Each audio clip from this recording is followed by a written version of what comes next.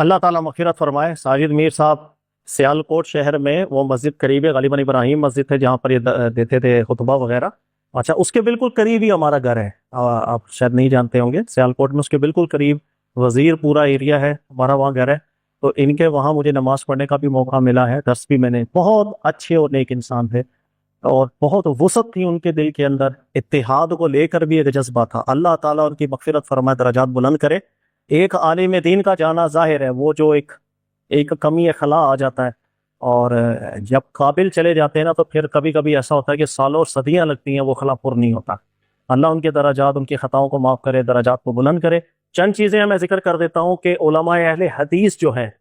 ان کی کچھ خصوصیات، آپ لاکھ اختلاف کریں، آپ کر سکتے ہیں، کرنے کا حق بھی رکھتے ہیں، لیکن چند چیزیں ایسی ہیں کہ جو علماء اہل حدیث ہیں انہوں نے یہاں پر کی انقلابی صورتحال پیدا کی بر صغیر کے ماحول کے اندر۔ نمبر ایک اس کے اندر یہ کہ ہمارے یہاں عوامی سطح کے اوپر جتنی بدعات کا اور شرک کے حوالے سے جو ایک ماحول تھا، اس کے اوپر بند باندھنے کے لیے جتنی کاوش ان لوگوں نے کی، اللہ تعالیٰ اس کا اجر انہیں عطا فرمائے۔ کوئی شک نہیں کہ اگر علماء اہل حدیث یا ان کی محنتیں، ان کی کاوشیں نہ ہوتیں تو یہ سلسلہ جتنا مزید بگڑ چکا ہوتا، یہ قابو میں نہ ہے۔ تو یہ کریڈٹ دینا چاہیے کہ ان کے ذریعے سے اور ان کی بھرپور محنت کے ذریعے سے یہ بدعتیں ہیں یا شرکی افعال ہے جو ہمارے یہاں، اس کی روک تھام میں بڑا فائدہ ہوا ہے۔ دوسری چیز علماء اہل حدیث کے حوالے سے میں ذکر کر دوں کہ ایک جسے کہتے ہیں نا تقلیدی ذہن کا خاتمہ،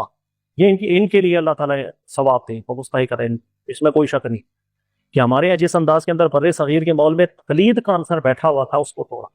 ہمارے یہاں بدگمانی بھی لوگ اکثر کرتے ہیں نا کہ بھائی وہ یار یہ شاید ابو حنیفہ کو نہیں مانتے، ایسی بات، سب کی عزت اور احترام کرتے ہیں، آپ کبھی بیٹھے بات کریں، ملاقات کریں، کتابیں پڑھیں، ایسا نہیں ہے کہ وہ علماء کی عزت نہیں کرتے یا مجتہدین کرام کی قدر نہیں کرتے۔ ایک پیٹرن ہے وہ جس کو فالو کرتے ہیں کہ اگر کسی کی بات، چاہے وہ مجتہد ہے، چاہے وہ محقق ہے، امام ابو حنیفہ ہے، امام شافعی ہے، امام مالک حنبل ہے، رسول اللہ صلی اللہ علیہ وسلم کے بعد کسی کی بھی بات اگر دلیل میں کمزور نظر آتی ہے تو وہ وہاں جائیں گے جہاں انہیں قرآن و سنت لے کر کے جانا ہوتا ہے، وہ اس عالم کی، اس محقق کی دعا کرتے ہیں اللہ ان کو ثواب دے، لیکن اس کو ہم عمل نہیں کر سکتے، یہ ان کا پیٹرن ہے۔ کہنا وہ تمام علماء کے اقوال کو پڑھیں گے، اجتہادات کو دیکھیں گے، پھر دیکھیں جو بات دلیل میں زیادہ مضبوط ہے اس پر عمل کرتے ہیں۔ تو یہ ایسا نہیں، آپ بیٹھے ہیں علماء کی صحبت لیں، آپ کو پتہ چلے گا، ایسا نہیں کہ وہ مجتہدین کرام سے متعلق کوئی بغض رکھ کے دلوں میں بیٹھے ہوئے، ایسی بات بالکل نہیں ہے۔ اور تیسری چیز یہ کہ یہ میرا ذاتی تجربہ ہے، ظاہر ہے کہ اہل حدیث مکتب فقہ سے میرا تعلق نہیں ہے، لیکن سلام دعا جتنی دوستی یاری میری رہی ہے، آج بھی ہے، میں جس تجربے پہ پہنچا ہوں، توبہ کرنے کے اندر یا ان کو پتہ چل جائے کہ ان کا موقف غلط ہے یا دلیل کا اور مضبوط ہے، سب سے زیادہ جلدی سے رجوع کرنے والی طبیعت میں نے انہوں میں دیکھی۔ یہ میرا اپنا ذاتی تجربہ ہے، میں مطلب 100% لوگوں کی بات نہیں کر رہا ہوں، میں اپنا ذاتی تجربہ آپ کو بیان کر رہا ہوں کہ میرے پاس بھی بہت سے لوگ آتے ہیں، بہت سے فرقوں سے متعلق ہیں، فکروں سے متعلق ہیں، اور کسی فرقے والے کو توبہ کرانا بڑا عذاب ہے، دنیا کا سب سے مشکل کام ہے، وہ نہیں مانتا غلطی، وہ مجال ہے اس کے لیے کہنا کہ آپ غلط ہے۔ لیکن یہ چیز میں نے دیکھی ہے الحمدللہ، اہل حدیث جو فرقے سے لوگ متعلق ہوتے ہیں، ان میں بہت بڑی تعداد ایسی ہے کہ آپ ان کے سامنے جب دلائل رکھتے ہیں اور وزن محسوس کریں وہ مانتے ہیں، وہ کہتے ہیں ٹھیک بات آپ کی، یا وزن، اس چیز کا مجھے بہت تجربہ رہا ہے۔ یہ چیز مجھے اچھی لگتی ہے کہ فرقہ واریت کے ماحول کے اندر یہ طبیعت سب سے زیادہ یہاں دیکھنے میں ملی ہے، اس کے مقابلے میں باقی افکار، باقی فرقے، وہ توبہ کرنا تو ان کے نصیبوں کے اندر شاید لکھا ہی نہیں ہے،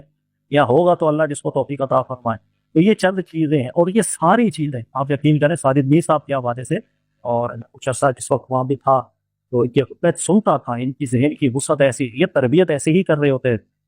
اور ان کی مسجد کی جو لوگ تھے، آپ ان سے بھی اگر ملاقات کریں گے نا، ان کا بھی دماغ ایسا زبردست ہے، سوچ ایسی پیاری ہے، ظاہر ہے وہ جن کو سنتے، جن کے ساتھ رہے ہیں تو ان کی ویسے نکھار آ جاتے۔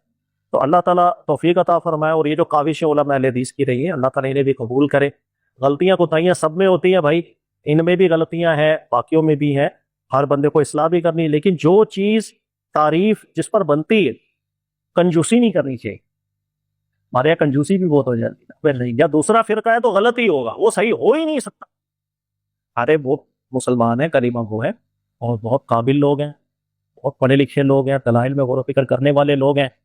اور آپ یقین کریں کہ ہماری نجی محفل کبھی ہوتی ہے تو اس کے اندر ایسی، اگر وہ البانی صاحب کی تحقیق بیان کریں، ان سے اچھی تحقیق سامنے رکھتے تو وہ بالکل کہتے ہیں یار یہ بات وزنی کر کے جا رہا ہے، ٹھیک ہے نا۔ تو اللہ تعالیٰ اجر عطا فرمائے، سبھی ہمارے بھائی ہیں، اور خطائیں بھی ہوتی ہیں، اللہ تعالیٰ اسے بھی درگزر کرے، دل کو وسیع رکھنا چاہیے۔